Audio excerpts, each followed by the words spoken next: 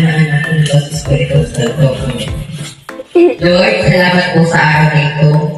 Salamat po sa magandang araw na binigay mo sa amin para makapagturo sa mga batang ito. Lord, bigyan po kami ng kalakasan sa araw-araw. Salamat po.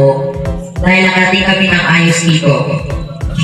A few moments later. Nakatagot na lang sa aking pipiriya.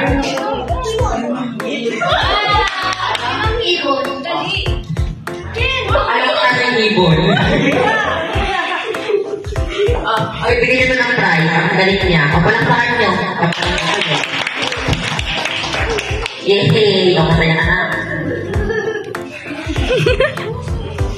Ano nagkalat ng ilaw? Nagkalat ng ilaw.